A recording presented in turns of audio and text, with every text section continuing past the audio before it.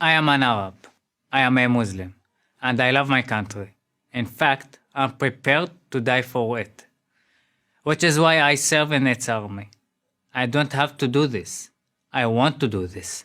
Because my country is a special place, unlike any other. Free, diverse, vibrant. Yet other countries not so free, not so diverse, call for my country's complete destruction. The moment my country lets its guard down, it will be destroyed.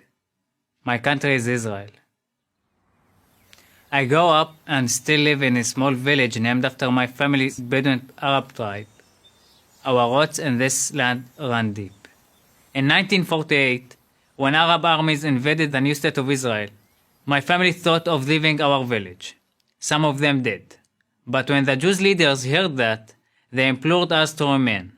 This is our country. For both Arabs and Jews, they said, stay and we will work together to build it.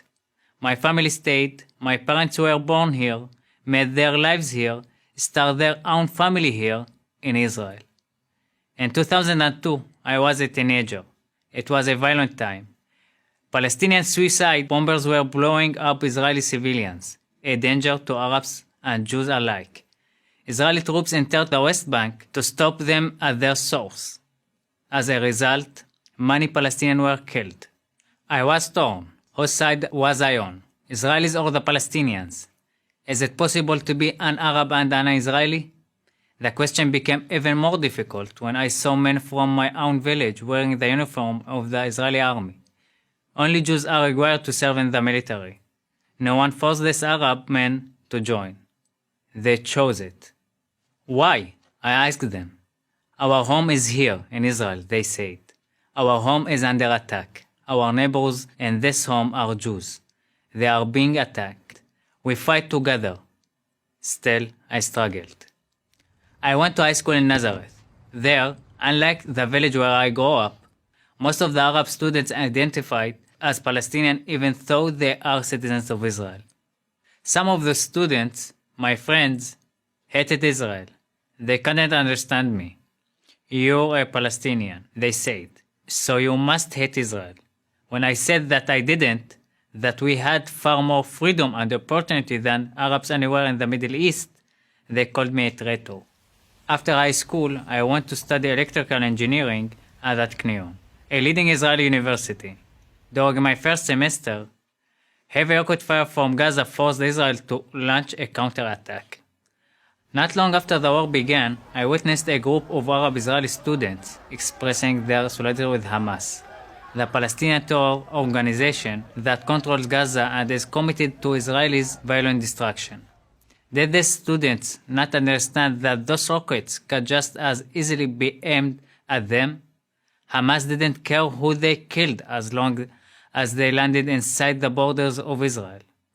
Had my fellow Arab students forgotten that Israel had left Gaza a few years before? That there wasn't a single Israeli living there? That day I dropped out of school to join the Israeli army, the IDF. A few months later, I was a soldier in the Israeli Air Force. After months of training, I was assigned to the Search and Rescue Helicopter Unit. Our job was to save lives. We never concerned ourselves with the identity of the people who needed our help.